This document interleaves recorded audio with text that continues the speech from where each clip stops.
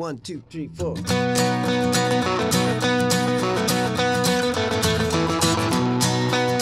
know, if I could script our career journey, we would be putting out more music more often, because all the people that I grew up,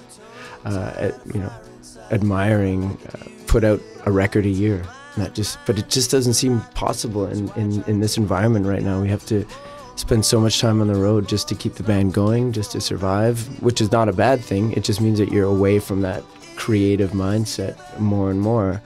And I think a record, if you really put the time into making a good one, is going to take you, a year at least to sort of get the ideas. At least for me, anyway. That's how long it takes to get the ideas together and feel the real inspiration coming back.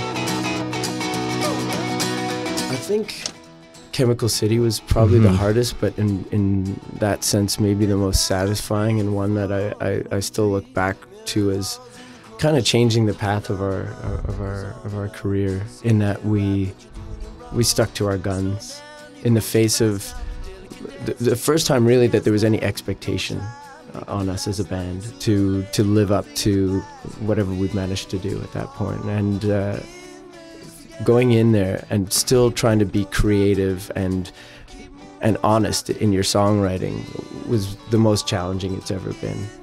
And we made that record twice, essentially. Yeah, like over... We made it in Australia, then we came back, and, we went sort of head-to-head with our label, and ended up sort of reworking it in a lot of ways. But I think the fact, again, that we stuck to our vision for what that record needed to be was a real stepping stone for us, and has defined how we approach making records ever since.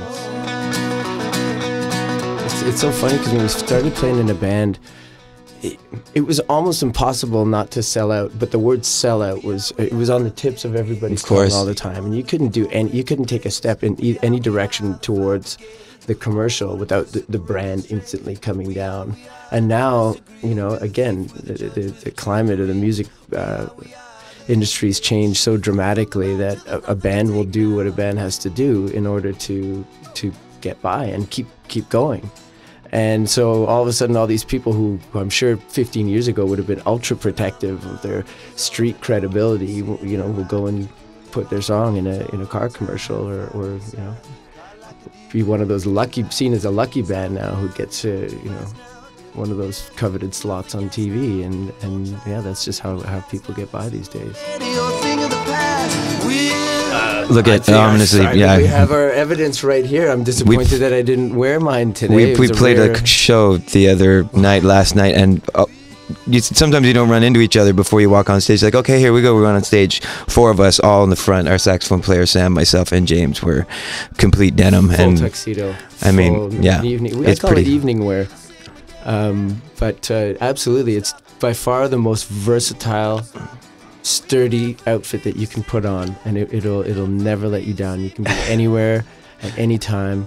The problem is now that we feel compelled to wear it in the summer during festivals. So you get out there in the blazing sun, and you still feel a bit naked without your jean jacket on.